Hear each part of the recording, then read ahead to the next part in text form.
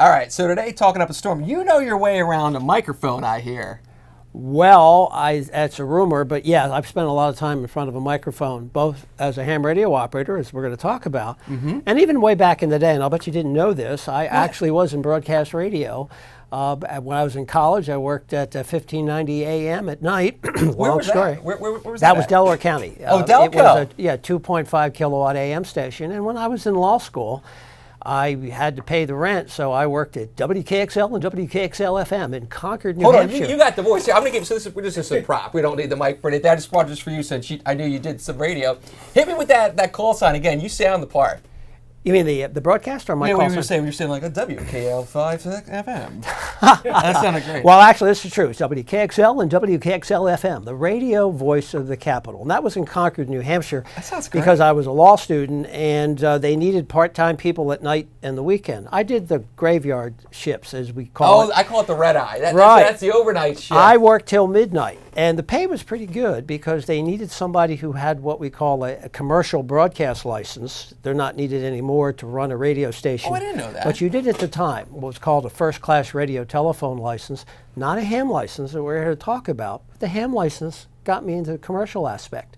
And because I had that. Are you talking ham? Are you talking scrambled eggs and ham for breakfast? What are we talking ham? Oh, that sounds good. But I know, I'm hungry. Can you tell I'm hungry this morning? Yeah, you made a good point, because we call amateur radio, and I'll explain that.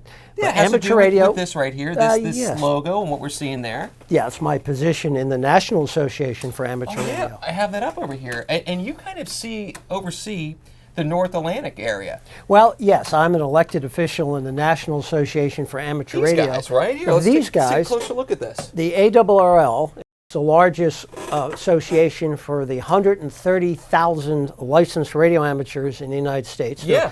That we represent the interest of them in regulations and organization, things of that sort. So there's people that do amateur radio all across the nation. I even bet all across the world. All across the world, that's right. Wow. Although the United States has the largest population of licensed radio amateurs, that's 725,000 licensees in the United States as of last April. I haven't checked it since Hit me with then. those digits one more time. You say 25,000? No. 700. I heard what I wanted. 700 and Sunday morning. You need more coffee. Listen, I'm on autopilot this morning. I don't know what we did. I had some graphics just from one of my forecasts. I had all the days wrong. I had the one thing the day was wrong, the next thing the day was wrong. So you know what I was doing? I was just covering up on air. I'm like, this is actually Monday. I don't know what my problem is I today. have done that myself, and feel a little better it is. You shouldn't feel bad. It happens to all of us. Well, I didn't mind the first one because that's cool. And then when I did it again on a second graphic, I'm like, come on, because I know I changed some of the stuff. The one wasn't quite my fault. The second one was. Okay. Well, anyway, all right. But in all seriousness, folks that do amateur radio, and anyone can, you get a certification. There's a rigorous test to it. A license. Well, I can go through that. Ham radio, which is short for the amateur radio service, pardon me. And by the way, it's more than just like microphone. It's more something like this, or is this for your calls for like the fire company? No. This is an amateur radio transceiver, and it's much like a transceiver that you would see in commercial radio where people are using two-way for business or fire. We have transceivers in the fire company. I'm a volunteer firefighter. Where at? Rose Tree Fire Company, which is in the media area. Happens to be Upper Providence Township. I've been a member for 20. Yeah, actually I do. 20-some years, going on 22 years now. Scroll down a little bit. You got it. This is my ham radio site and the National Directory of Ham Radio, which is QRZ.com. Keep going. Look, I'm admiring all your tools. And all my tools. Well, if nothing, amateur radio operators love our toys. And there you go. There's like you were talking about, and you're really opening my horizons. That it's not just antennas and stuff. Something like that could be amateur radio that we're looking at right there, like what you brought in. Well, I'll tell you the stereotype. Scroll a little more, and you'll see me. You look the part. You look like a lawyer right there. Well, I'm going to add that. I am, in fact, a lawyer. As a matter of fact, that's your day job. It's my day job. We were talking before the show. Yeah. That I tell her. You're giving away our secrets. No, I told you something that I'll explain. I told you that I would explain. I tell people I have 3 full-time jobs. My day job pays for my other 2 jobs, which are entirely volunteer, including my representation of hams. My day job being a lawyer, and I represent technical people in radio. I'm a graduate electrical engineer turned lawyer. Wow. Those are two unrelated fields. Science major, and then that got you going toward being a lawyer. Well, I became a lawyer by accident, but that's a long story. I want this story. All right, time out. I want this story. Before we get, because I want to talk about the recognition you got at the local fire company, but real quick, give me the long story. You piqued my interest. Well, amateur radio, which we'll explain a little bit, it's a way to learn communications. The FCC, by the way, created amateur radio, and in the rules, part 97 of the FCC rules, the very first rule, Rule 100, defines what the amateur radio is for and why they created it. And the very first rule is to create a pool of trained radio operators for use by the public in a national emergency. It's not quite the quote, it's a little more formal than that. But the purpose of having amateur radio is to have trained people to learn radio for the love of it, hence the word amateur instead of professional. We're not allowed to make money, it's not for business, it is purely for the love of the pursuit of the art of radio, wireless, and electronics generally. And I did that when I was a kid. I got my first ham license from the Franklin Institute course. I took the exam later, and at the age of 13, I became licensed. I was walking on air for about 3 days. I was, as a kid before that, learning, listening to AM radio at night with long distance and things that a lot of people listening may have done, that little shortwave radios you get from Radio Shack and Lafayette Radio way back in the day. When they were around. When they were around. I must have been 8 or 9. By the time I was 13, I had a radio license. That started me on learning electronics, loving radio, and then I decided to go to college for electrical engineering in the area, Widener University, the Kirkbride School of Engineering, and became an electrical engineer by degree and got into radio. When I was in college, I worked at a Delco AM station that used to be in Brookhaven, 1590 AM. It was called WEEZ. 16 W's, we called it. 16 W's. But you know how broadcast radio stations have a nickname for themselves. Oh, for sure. I can hear them saying, like, dragging out the E. Like, there's almost 16 E's when they're saying it. 16 E's. 16 W's, WEEZ. And it was only a couple miles from Widener. It is still in service. It's in Aston now, but it is not a talk station. I think it's a religious broadcaster or something. AM radio has changed quite a bit. Sure.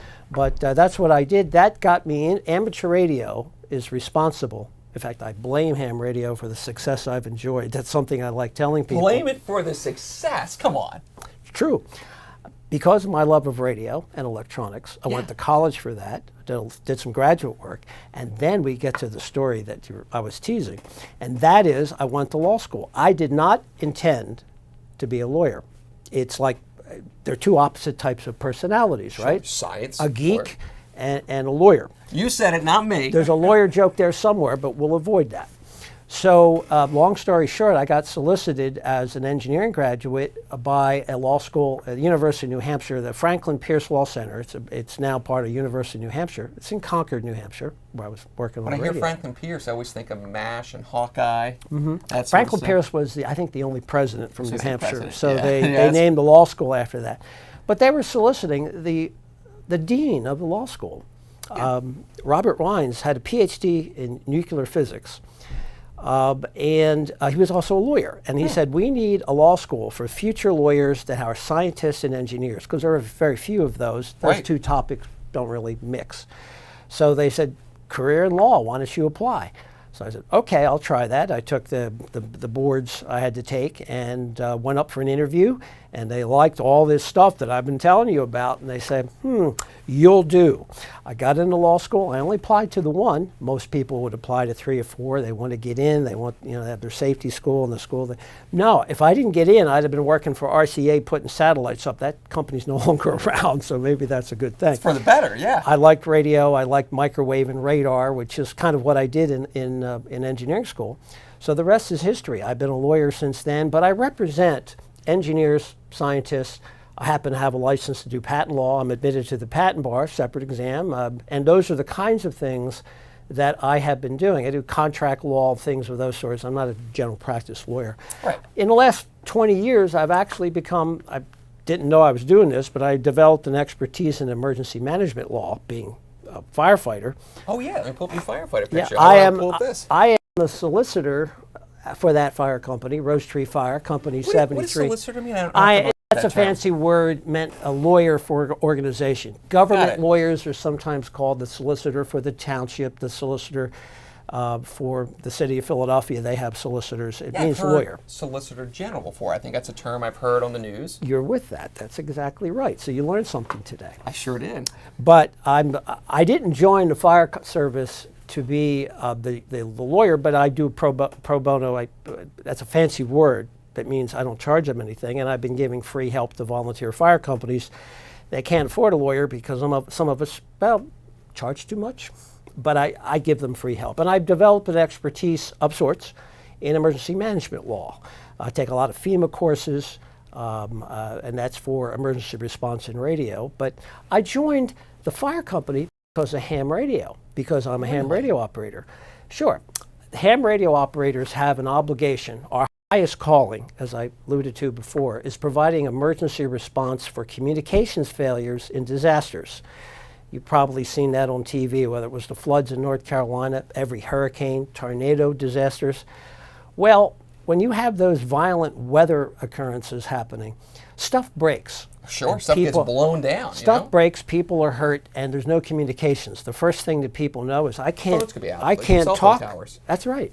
People think that they'll never go out, that they're built in and hardened. A lot of times they'll stay up. That's right. But the wires are not underground. You see them when you're in some of your communities. You see the towers. They're cell phone towers. So, in really violent storm, stuff can hit them. Towers can come down. Well, the towers stay up pretty well, but they disconnect. People don't realize that cell phone towers are wireless, but they're not connected everywhere wirelessly. We have a cell phone tower at my fire company, for example. They're every couple of miles. We have one. In fact, we have our radio antennas on them as well. That's one advantage we have. I can Google cell phone tower now. You pique my curiosity as we talk. Well, they don't come down, but they connect back to the telephone switches through wires, usually Fios or some type of fiber optic. Right. Yeah. But they're all above ground in this area of the country. When you have trees come down in every storm, you've got, especially in Delco, we have a lot of giant trees. And they fall on homes. I mean, when we have strong wind gusts, to me, that's some of the biggest damage that we see is these trees get uprooted and they fall on homes. I bet you see that a lot from some of the calls you've been on. Absolutely. I've got some pictures on my cell phone, actually. But yes, these windstorms we've had in the last 3 or 4 months or so, maybe back in the late spring. Oh, yeah. Rose Tree Fire has responded. I hear from our audience, April. Thanks to Lou off camera. We'll pull you in. Also a ham operator. Yeah. So they fall and they cause a lot of damage. Come on, you give the way. Come on, you got to come a little closer. We got it all zoomed in. There I am. There's Lou. I'll get you. In fact, we do have a mic for you, by the way. Okay. I'll give you a mic right away. Here, let me turn it on for you. We'll put it on during the break because otherwise we'll hear like the rustling through your shirt. But if you want to say hi for a minute, I can plug this little sucker in. I see your amateur radio shirt. Lou is a ham radio operator as well. I didn't dress up like you guys, but You don't have to. Yeah. Lou connected me. Lou's a friend of mine. He's a storm chaser. We've had him on Talking Up the Storm before and on Fox 29. And so he connected with me, with Bob. Lou, we'll get back to you in just a second.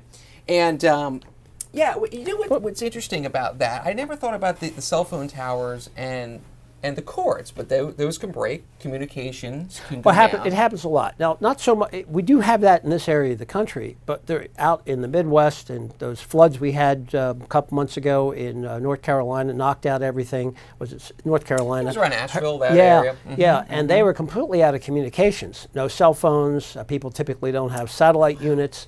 And while government agencies do have equipment, cell phone doesn't work in the time when you need it the most. Let you know your family outside of the area that you're safe, and your phone doesn't work. So, what do you do in those situations? Sometimes it takes time for FEMA to get in. So that's the opportunity for amateur radio. That's exactly right.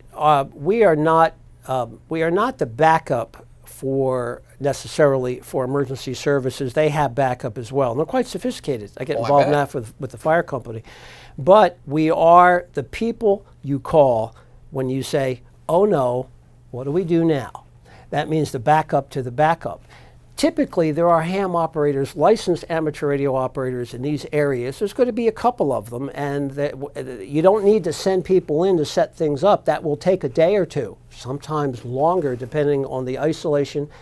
In the recent case we're talking about, the bridges are out, the roads are out. You could not get there from here, so to speak. Ham operators on the scene got on the radio, started sending messages, health and welfare, this is what we need. We got 16 people hurt. We need, can you get us a helicopter? Can you get us an ambulance? Ham radio operators are typically the first on the scene of the accident, so to speak.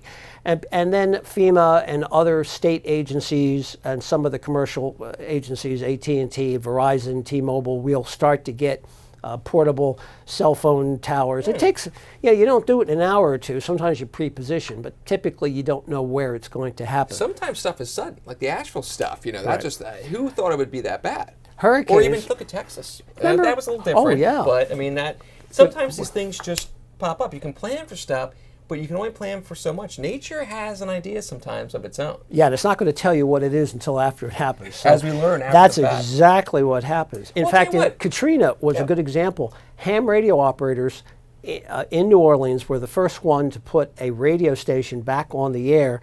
They had a 100-watt FM transmitter. They climbed a tower and put a 100-watt transmitter on 100.000. Not legal, but the FCC gave them a pass. They said, good boys. And they were the only ones broadcasting for a couple of days emergency information. So ham radio operators are those go-to people when you need to talk from here to there or get messages through, and nobody else is able to do it. And again, there are government agencies that will eventually get that stuff up and running. They'll bring in satellite for trucks, sure. and they'll bring in Which is that right Starlink. away. Right. That instant communication. And as you mentioned, there are so many people across the country that are interested and are amateur radio operators Right. that there's generally one or two or some people around, and that helps in these situations. So when we come back after the break, I want to dig into that a little bit more. As we head to break, though, I'm going to pull up your picture. What was that recognition you just got at the Rose Tree Fire Company this week? is a picture. A year or two ago, Yeah. I was made a life member by our executive committee. Oh, congratulations. And so now I'm a member the rest of my life, whether I show up or not. But of course, I do if you show up or not. I have a feeling you're going to be showing up.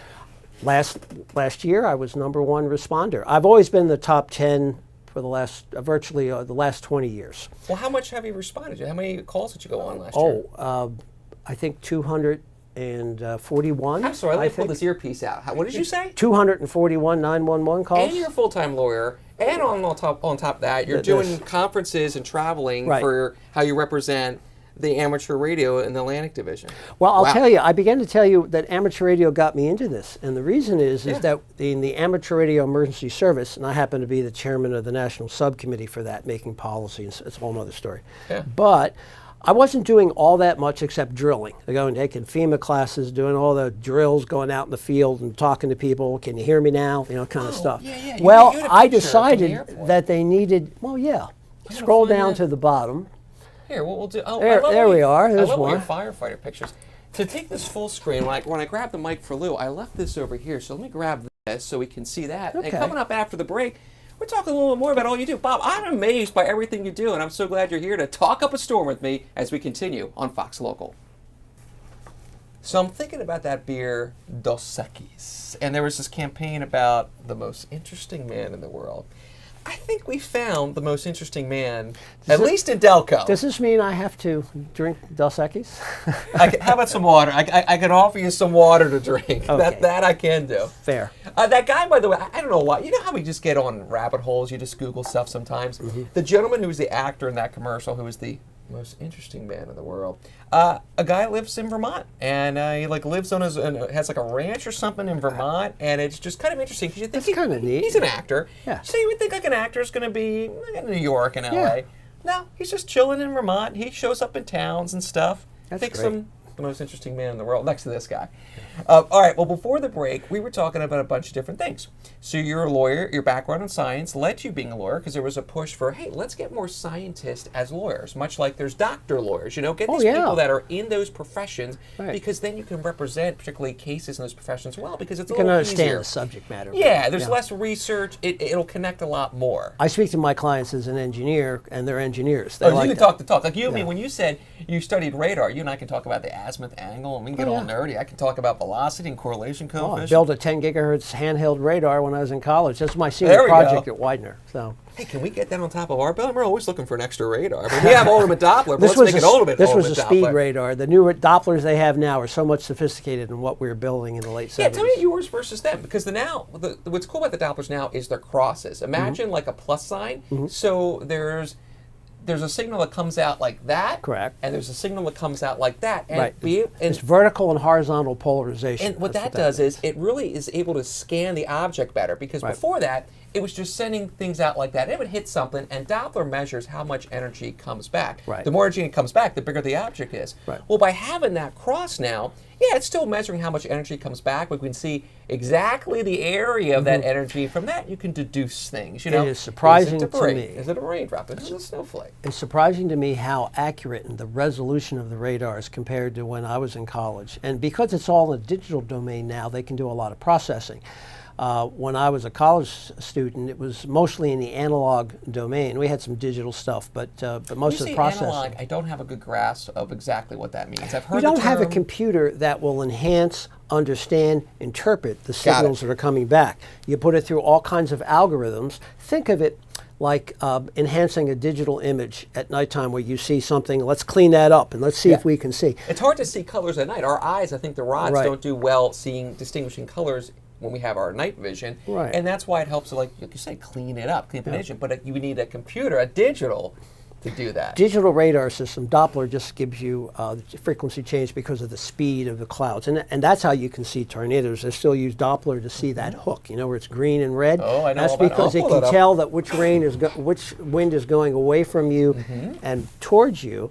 And if it's very close together, look out, because that means it's creating a funnel, a high-speed funnel cloud, and hopefully you'll know where it is and whether it's touching the ground or not. You can't always tell that with radar because it depends how far out on the horizon you're looking. So here's what we'll do. I'm gonna look at this one. I think this one's pretty good. And on the right hand, we have these reds and greens. So the one color, it just means the object, whatever it's hitting, it's going away from the radar. The other one, the green, it means it's coming toward. So think about that. Let's just picture it. If something's going away, well, I guess this would be toward. So if something's going away like that, and then something's going toward, well, where they meet, there's got to be a little spin, because you got one direction here and one direction there. When you see those directions very close to each other, that means that you've got a tornadic activity. Think of Doppler shift. When you hear a train coming by, you hear how it goes, the horn is blowing and it goes, this is a typical Or analogy. an ambulance. An ambulance, a siren. Yes. I should have thought of that. As it comes by you, it's higher and it goes, meow. They haven't changed the frequency. It's just a Doppler shift in sound waves, which does the same thing. It changes frequency. Now, Doppler radar can tell that as well. You're sending out on one frequency, and then you look at the shift, whether it's coming back, whether it's going towards you, away I'll from break it you. down a little bit more. So when that siren that is coming towards you, the sound waves are more compressed because there's less space between the noise and you, so it's a little higher pitched. And then the second it goes past you, it's a little lower because the sound waves are longer, they get more stretched out, and it's a different pitch. And it's interesting how it's really loud and it's coming at you, and the second it passes you, it doesn't bother you as much if you're on the street. Right. And that is the best way to visualize Doppler shift. Now, the radars you have these days do a lot more than just frequency shift. They do other things. They do density. You see the different colors. Oh, the correlation coefficient. I love that one. I mean, the stuff that you can look at now is so much more packed with information than we had back in the 70s or 80s. What did you make in the 70s? When you made that radar as your class project, Cecina, what did you make? Was it just sending out energy and seeing what it hits? Yeah, it was on a frequency of 10 gigahertz. Is what we call a gun diode, which to me was indistinguishable from magic. You put 5 volts across a diode in a cavity. I have no idea what we're talking. What's a diode? I thought that's chemistry. It is a device. Oh, understood. Okay. In fact, we used to use a simple crystal diode to make AM crystal sets. You know what I'm talking about? I have no idea. We're going to Google a diode right now. Can you help me on the spelling? I'm not good at spelling. Yes, D-I-O-D-E. Diode. There we go. There we go. Oh, flash to the back. When I was an 8-year-old kid, I built a crystal set from a diode that looked very much like that. So what's crystal sets are just simple AM receivers that we used to build that needed no batteries. You needed a 100-foot piece of wire and an earphone, a crystal diode, and one or two other components if you wanted to tune it so you could listen to only one station at once. Huh. I've That's seen a stuff diode. like this. This looks to me like what's a transistor? We'll make it. Oh, that's a sophisticated diode that had more than one point. Oh, but it is a diode, so I wasn't. Well, no, all think right. of it as a triode, although that's not the right term because triodes were tubes. Remember vacuum tubes? You're too young to remember vacuum I think tubes. this one's lost on me. Yep. A lot of people, when they think of ham radio, visualize us as having these big glowing tubes and coils in the attic or the I'm going to basement. go back to your pictures. Oh, no, not your at pictures all. are awesome. Yeah, that's scroll to the top Yeah, and I'll you'll go to see. the top here. Well, that's my station in Media, Pennsylvania. I That's brought my home. globe in just because you have a globe up there. Right. I brought my globe just for us. Amateur radio operators are licensed to use all kinds of different frequencies throughout the radio spectrum. We use VHF, which is local, 20, 30, 50 miles. We use repeater stations, things, or short wave. People have heard of short wave, that term. That means we are also licensed to use frequencies lower in the spectrum that bounce off the ionosphere, depending on the time of day and the frequency that you're using. So I have talked many of the times to ionosphere. people all over the world, other licensed hams in different countries. Yeah, so for real, you're right here. So look, you're in Delco. Right. You're in your, I call it the command center. Yeah, my radio room is. It's got the vibe my spouse of that. and I call it. And you, through just what you have, the technology you have, you're able to talk to someone, let's say, for example, in Africa. Oh, yeah. And that's common. There's a lot of hams in different areas of Get out, Africa. like where? You name it. Well, here, how about Rwanda? I'm going to go to Rwanda soon. I'm going I forget to... what their call prefix is, but we are permitted. There's no prohibitions. Back in the past, there used to be prohibitions talking to certain countries. I understand. That has long since passed, Yeah. mostly, except I think one or two other Thank you, countries. Brian. Look what has just stopped by the TV station. Okay. Ask and you shall receive. Well, these are resistors. Oh, okay. But Here's what we'll it's do. okay. May I hold him? He I'm going to meant hold well. him for the camera. He meant well, but a diode does look like this one. That's a bigger resistor. Okay. Now, we use those also. In fact, in every radio that you see in my radio room, there must be 100 or 200 or 300 of those. Here, I'm going to get a although little closer to the camera so we can see these things. So, help me out again. What in the heck do these things do? Why am I looking at this right now? A diode is used for rectifying an AC signal or an RF signal to make it into something you can hear. What you're holding is resistors. Oh. Those resistors are used to create tuned circuits or circuits of any sort. In fact, in your cell phone, Look, you see my secrets. You can see my ties taped. I taped the skinny part of a tie because in order to get the perfect dimple, by the way, so it touches my belt. For me, I have to tape it, and it only catches me if it's letting windy on your studio or secrets. if I turn to the side. That's the one thing I noticed. So if you're wondering why I had a piece of tape on there, it's because I'm a kid. I don't know how to tie a tie, for real. I'm doing my best. I only know how to do that. Once it's tied, I do not untie that tie. This tie is staying tied for life. But no, I understand what you're saying. So this is very interesting. I learned a couple things from you now. Sure. So the diode allows you to essentially hear something that makes sense in our ear that we can understand. in the simplest sense, yes. Diodes are rectifiers. They'll take an AC signal and pass it one direction and not the other, and you use them in combination sometimes to make a power supply, a Wheatstone bridge. A lot of people have adapters to go, say, from 110 volt wall current to 12 volts, let's say. They're common.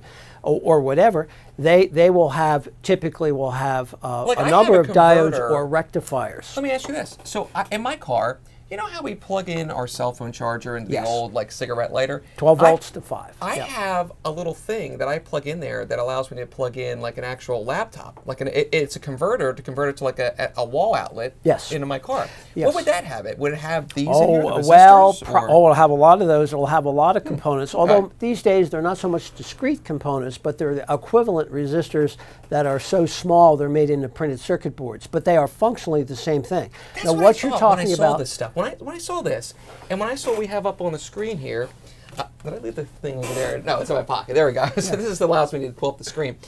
The first thing I thought was a circuit board, because I feel like I've seen that on not like a traditional computer one, but I feel like I've seen that on a circuit board before in my life. You have seen many different components like that, sometimes much smaller because they make components so small and multi-layer boards that what it used to take on a board this Yeah. large with discrete components like you're holding, now all of those can be compressed into tiny integrated circuits. You've heard that term, IC. In fact, Yeah. the computer chip These are itself cool. Show me. actually has millions of those kinds of things printed into it.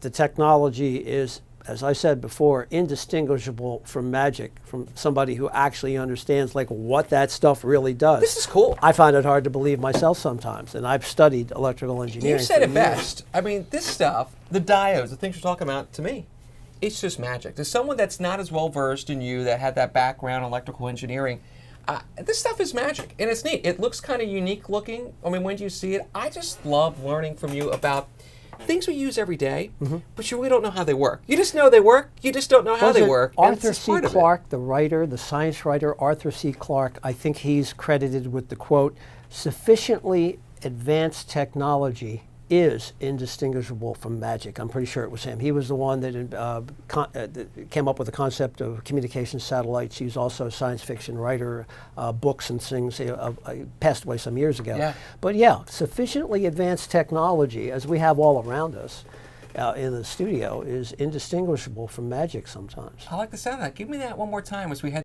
break here. Give me that quote. Okay. Sufficiently advanced technology is indistinguishable from magic. Was Arthur C. Arthur C. Clarke. Clarke. Yep. Good guy.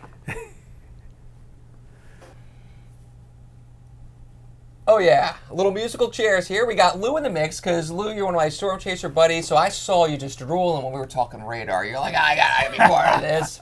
And before we get into things, Bob Kelly over here has a countdown to Christmas. I'm gonna change it. We're, just in case anyone here is curious, we are 67 days till Christmas. Oh boy. I've been changing it for him on the weekends. And there we go. All right. Well, we were talking about all sorts of things from your background as a lawyer. Lou, you're also doing amateur radio. You're certified in that. You've been doing it for a long time. I'm an amateur radio operator since 1999, so not as long as Bob. But You might have a year or two. 67. and You I started as a I kid. got into it through weather, you know, because I've always been really big into weather. As you mentioned, I'm a storm chaser and everything else. When he says a And- storm chaser, he's going out to the plains and legit chasing tornadoes. If you weren't with us the day he showed us his storm chaser vehicle right here and talking up a storm, he's not kidding around when he says he's a storm chaser. Yeah, yeah.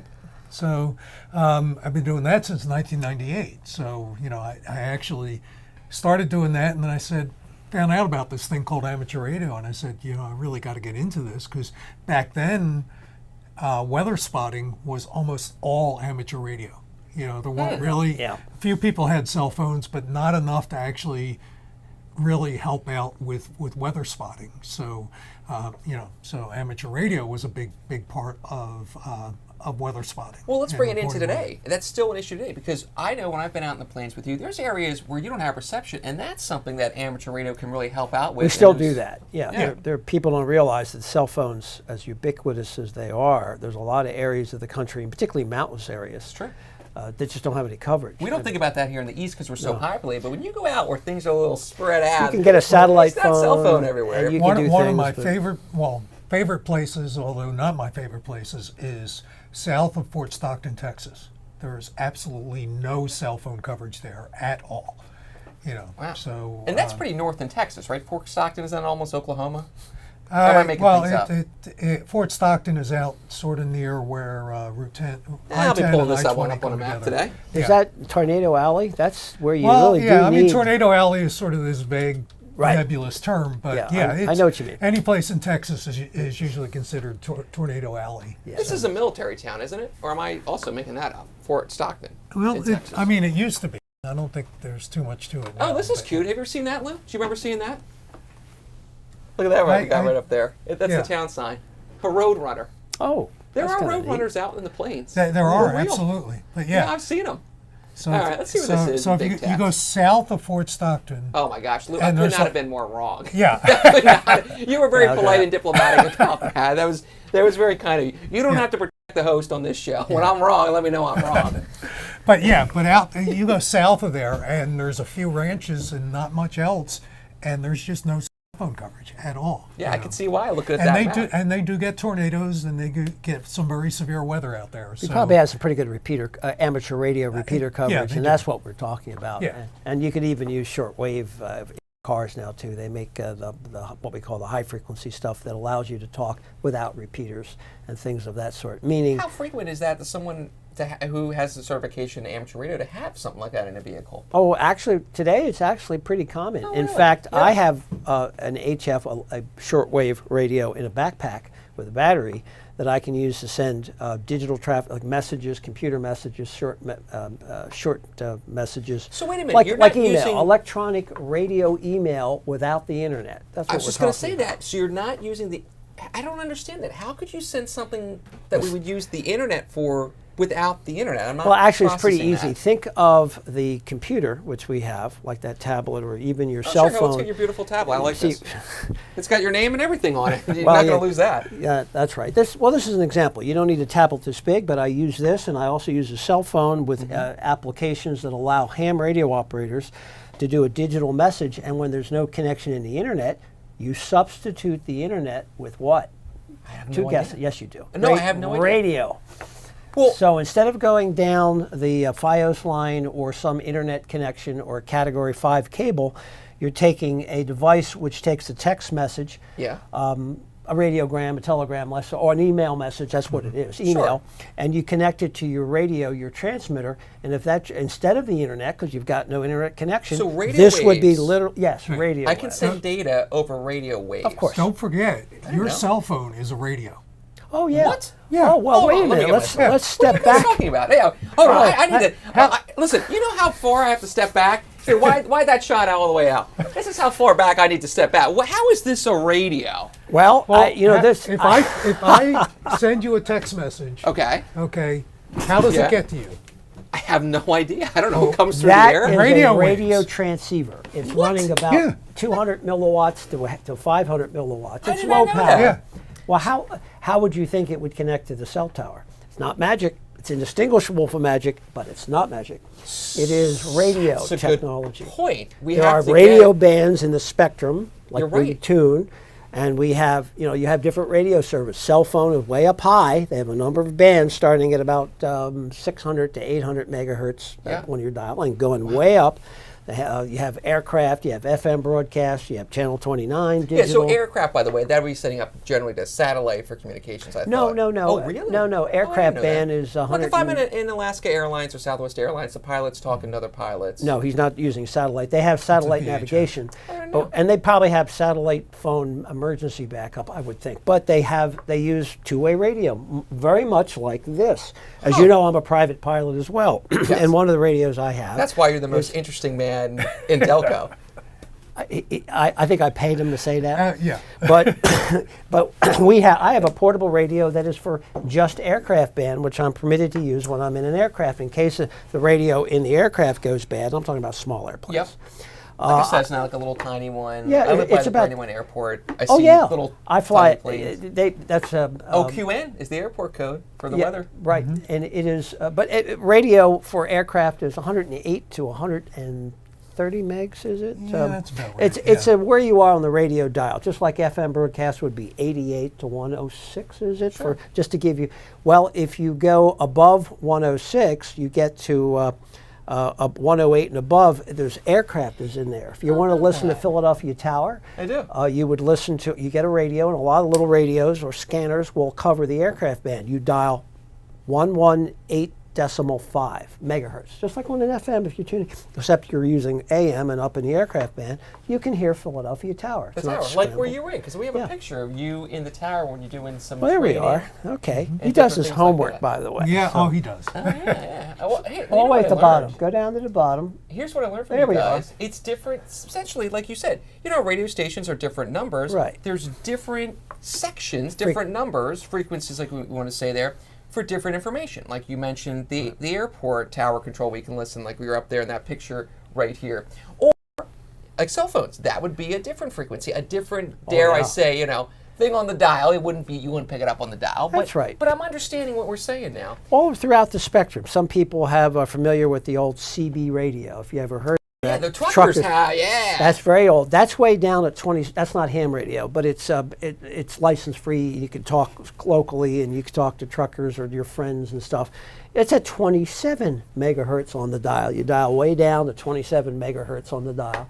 AM broadcast is way below shortwave, 56 to 1600 kilohertz. I just love that. On the dial. When Everything. you dial your car radio and everything else, that's what you're doing. It's all connected. All this stuff is all connected. It's just in different places going over the air, and it makes sense. If we're sending something over the air, it's got to send the signal somewhere that can receive it, so it's got to have its own space. Right. That's so cool. All right, well, coming up after the break, I want to get into why you were in the tower here in Philadelphia. So we'll go to break, taking a look at that, and look at the beautiful view. I can even see the runway in the distance. We'll be back as we continue to talk up a storm.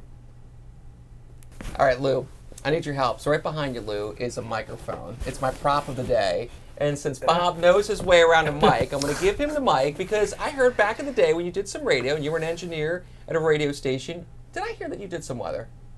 Well, yes, actually, he's testing me now. When I was a part-time radio announcer, and I actually didn't get into it for the production side, I was an engineer. Yeah, but making sure it runs. They wanted to pay one person at night to do both jobs. they didn't pay me twice. And they said, Listen, you know. This is happening a lot more in TV, radio, and media these days. You do a lot of different jobs as one person. I know. But that's how fortunately, I was used to talking on a microphone as a kid because I was a ham radio operator. Your hobby, your passion. Yeah, that's a way of life for me, actually, and a lot of my ham radio friends that have been mentors over the years. But nice microphone.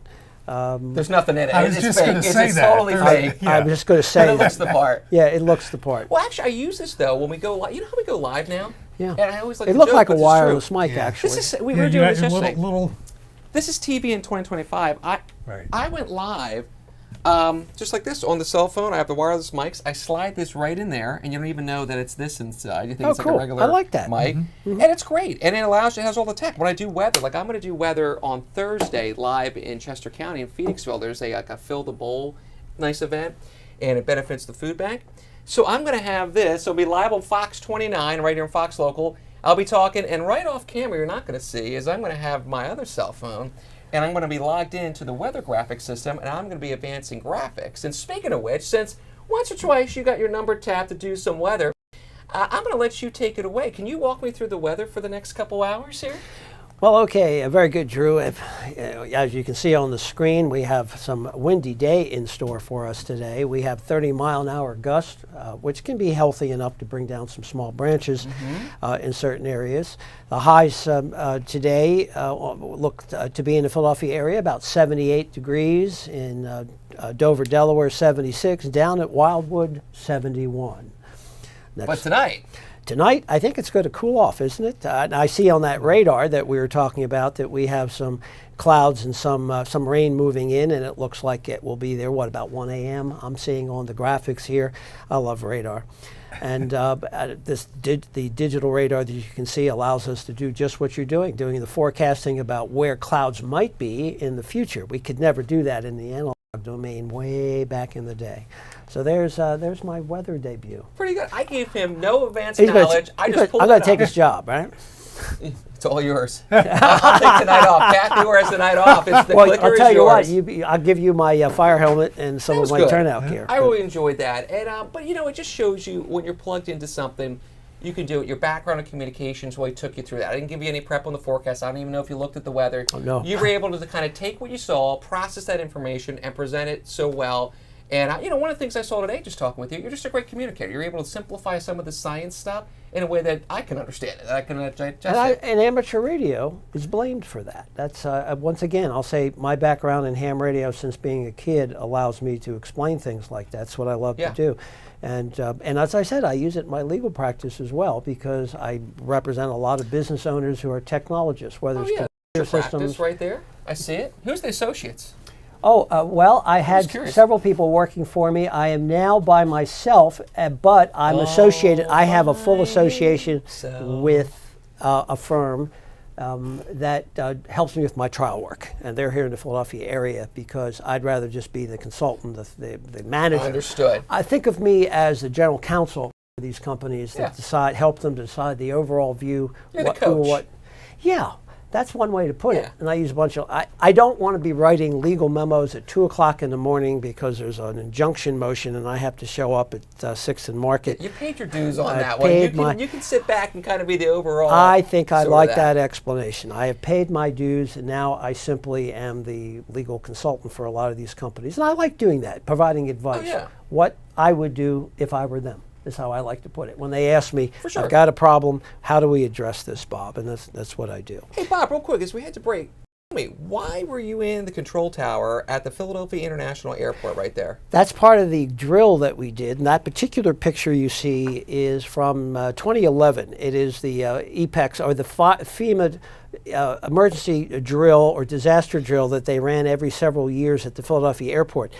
Amateur radio operators were the ones that did the communications between the buses that were taking all the injured. In this case, they were actors. They were mocked up with Yeah, it was a injuries. practice. Yeah, practice. Taking them to the various hospitals, communicating with the buses, where they need to be, where are they coming back, somebody else need a ride, that sort of thing. Yeah, So it they was put the us up in the tower, communications. as Yeah. you can see in that picture. Amateur I radio did a ride operators in one did of that. the ambulances during that drill. Oh, Oh, okay. really?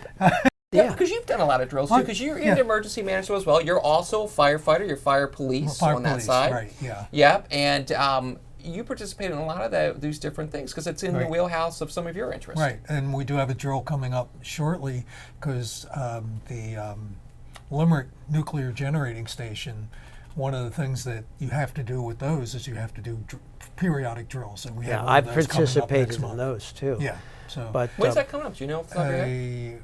every 3 years now? well, it's every 2 years Every 2 that they years. do Here's it. what we'll do. How And about it's next month. during the break, we'll Google it as we continue to talk up a storm. We'll see you on the other side right here on Fox Local. I love that everyone brought toys. You brought a radio, since we're talking about amateur radio. What is that thing there with a million eyes? Yeah, this is actually an old camera, although it's pretty neat technology. It actually has 16 little cameras in it, right through. You can through tell it's here. old because it's big. I mean, Yeah. cameras just get smaller and smaller. Remember we Yeah. had digital cameras back in the day, like the 2000s, early So 2000s? all these little things over here are individual cameras, okay? And there's actually a little flash in there and everything else. And when you take a picture, all 16 of these cameras take a picture. Use that And for then- storm chasing, right? Use that for taking well, weather. that was one idea? of the reasons I had that was because I was Here, I'm gonna doing jump stuff in with over here. So it's the precursor to what you see that on the back of Drew's camera, I have Drew's a couple. phone there. See? he's got a couple of different cameras there. Back in mid 2016 or about, none of the cell phones had that. Right. Okay. You're right. You're lucky to see And have this a good this one. was An like extra the camera. first device that actually came up with that concept. The first device that I know of that had that concept. So And that's smart. The computer great picked the idea. best picture. yeah. That's cool. And I had this sitting at home, and I just grabbed it on the way out. glad you did. And brought it down with me. We So, love show and tell here at Talking Up a Storm. We're just in Fox 29. Oh, Rob Meyer just said he might buy one. Are you in the market of selling that? well, yeah. I mean, it's not supported anymore. I haven't charged it in years, but Okay. It's a relic. Yeah. We call them antiques these days. Well, okay. Don't make them sound old, all right? Museum pieces. Relic There we sounds go. more expensive, though. It does. So, all right.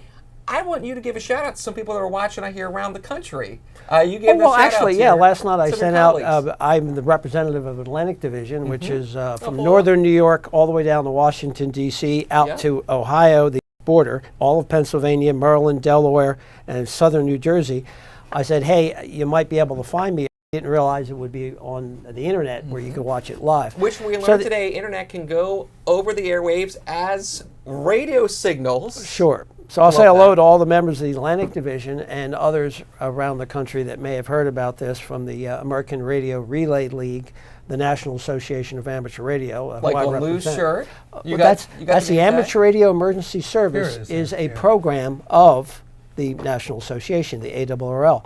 Anybody interested in becoming a ham, by the way, Yeah, how do we do if they're that? interested in what we've been talking about, point your browser to arrl.org. I think you have that on there. It's All right right. behind me right now. Yep.